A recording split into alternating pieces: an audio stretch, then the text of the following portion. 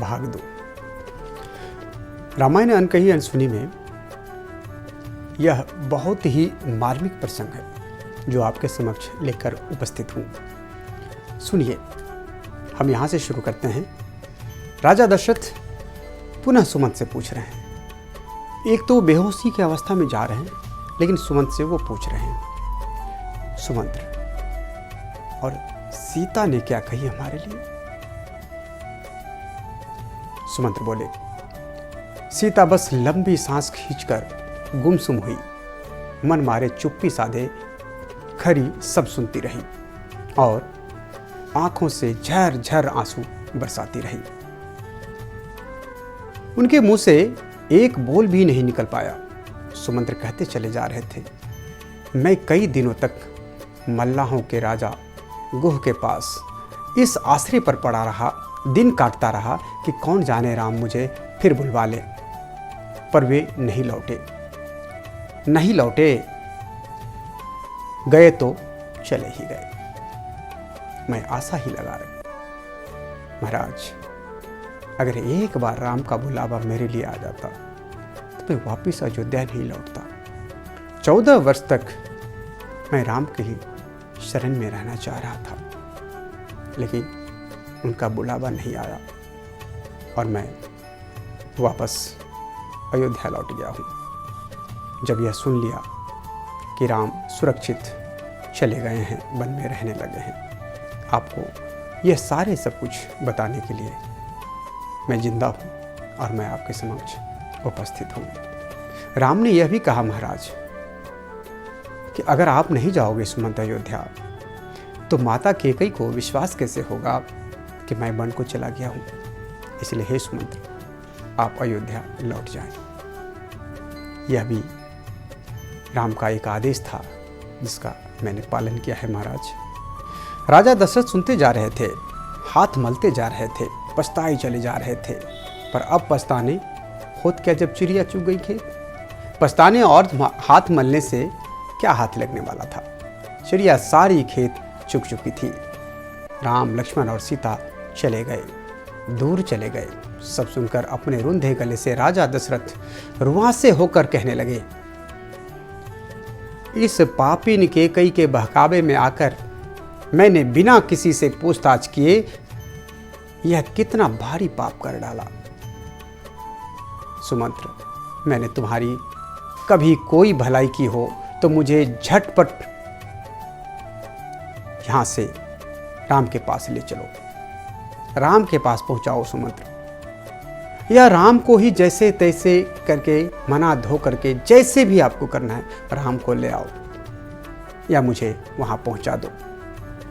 व्याकुल दशरथ हो चुके थे। जाओ, राम को लल्ला मुन्ना कर, हाथ पैर जोड़कर लल्ला मुन्ना कहकर किसी भी तरह से जैसे माने मना लाओ। जाओ सुमंत्र, चलो, मुझे रथ में डालकर चटपट राम के पास से ले चल पहुंचाओ।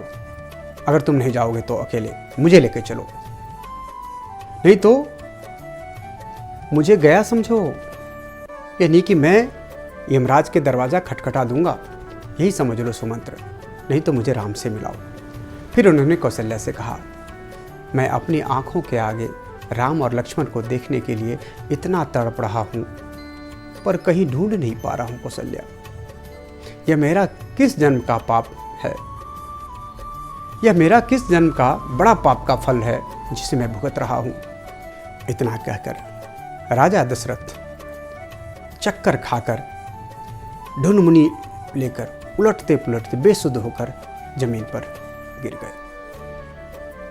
कौशल्या किसी तरह से उसे उठाकर पुनः सेज पर लिटाया। कौशल्या के रोंगटे खड़े हो गए और वे कांप उठी, थर्रा उठी। वे बिलक बिलक कर सुमंत्र से हट करने लग गई। सुमंत्र जी, बिलवाए क्यों जा रहे हो? क्यों देर कर रहे हो? अब जहां राम, सीता और लक्ष्मण है, वहीं मुझे भी क्यों नहीं ले जा पहुंचते? क्यों नहीं पहुंचाते मुझे? नहीं तो मैं भी यमराज का ठिकाना ढूंढ लूंगी, मैं भी निकल पड़ूंगी यहां से। हे सुमंत, मुझे ले चलिए। कौशल्या भी बहल हो चुकी। कौशल्या को भी लगा कि मुझे अब राम के शरण में ही जाना है। वो भी सुमंत्र से हट करने लगी और सुमंत्र चुपचाप सुनते रहे और देखते रहे। दोनों आंखों से आंसू झर झर बह जा रहे थे। सुमंत्र ने बड़े ढंग से धीरज बंधाते हुए उन्होंने बहलाया। अधीर हुई जा रही हैं। राम कोई बाघ चीते के जंगल में नहीं है। वे तो बड़े बड़े ऋषियों के साथ बसे हुए जंगल में फल फूल खाते पीते महाराज की आन पर डटे हुए हैं। पर कौशल्या क्या ऐसे बहलाने वाली थी? बहलने वाली तो थी नहीं। वे धीरज खोए जा रही थी, रोए जा रही थी, आंसुओं से मुंह धोए जा रही थी। कौशल्या इतनी बेकल हो चली थी कि वे अपनी उस बेकल और जी की जलन में कसमसा कर कलमला कर जो मुंह में आता वो अंट संट ऊंच नीच खरी खोटी कहे चली जा रही थी। उन्होंने यहां तक कह डाला कि नारी का सहारा उसका साजन होता है, पर आप मेरे पति तो नहीं रह गए। दशरथ से कह रही है। दूसरा सहारा राम थे। उन्हें आपने जंगल की बटियां नापने को भेज दिए। आपने राम को जंगल में भेजकर अवध को तो मटिया मेट कर ही डाला है। यहां के लोगों को भी रेत रेत कर मार डाला है और सबको ऐसा झकझोर डाला है कि कोई ठीक से सांस तक नहीं ले पा रहा है। कौशल्या आगे कहती है, आज किसी का जी कमल के फूल के जैसा खिला पड़ रहा है, तो एक आपकी प्यारी रानी कैकेयी का और दूसरा आपके लाडले बेटे भरत का। यह सुनकर तो राजा दशरथ का जी चलनी हो चला और वे हाय राम कहकर कुछ देर बेसुध हुए पड़े रहे। थोड़ी देर में चेताने पर वे कौशल्या के आगे हाथ बांधकर उनके पैरों पड़कर अपने पाप के लिए पछताने और क्षमा मांगने लगे।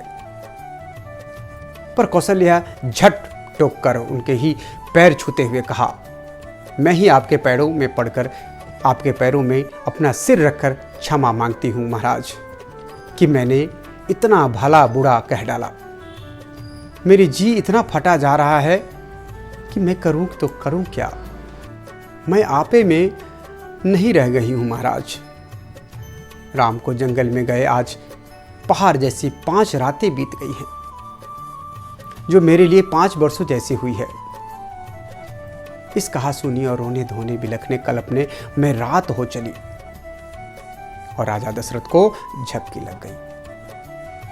उतनी देर के लिए नींद उनका दुख और उनकी पीड़ को उनके उठने की बाट देखती हुई चुपचाप मारे बैठी रही। 2 ही घड़ी पीछे राजा दशरथ की नींद उचट गई। राम को जंगल में गए यह 6ठी रात थी। आधी रात को वे बहुत धीरे धीरे कौशल्या से कहने लगे, देखो जिन दिनों मुझ पर गत 25 जवानी का दौर चल रहा था, गत 25 चढ़ी हुई थी, मैंने खटके पर यानी धनुष पर शब्द वेदी बाण चलाने में बड़ा नाम कमाया था।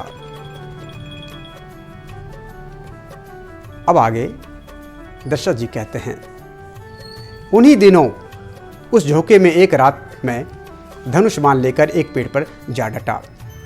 थोड़ी देर में अचानक मुझे ऐसा लगा कि जैसे कोई हाथी पानी पीने आ पहुंचा हो। दशरथ जी श्रवण जी का प्रसंग कौशल्या को सुना रहे हैं। बहुत ही मार्मिक प्रसंग दशरथ के आप बीती आप अगले एपिसोड में सुनेंगे। तब तक के लिए धन्यवाद। आशा है आपको अच्छा लगा होगा। अगर अच्छा लगा होगा तो कमेंट्स के माध्यम से सुझाव देने का अनुरोध और लाइक और सब्सक्राइब भी करने का अनुरोध। बहुत बहुत धन्यवाद।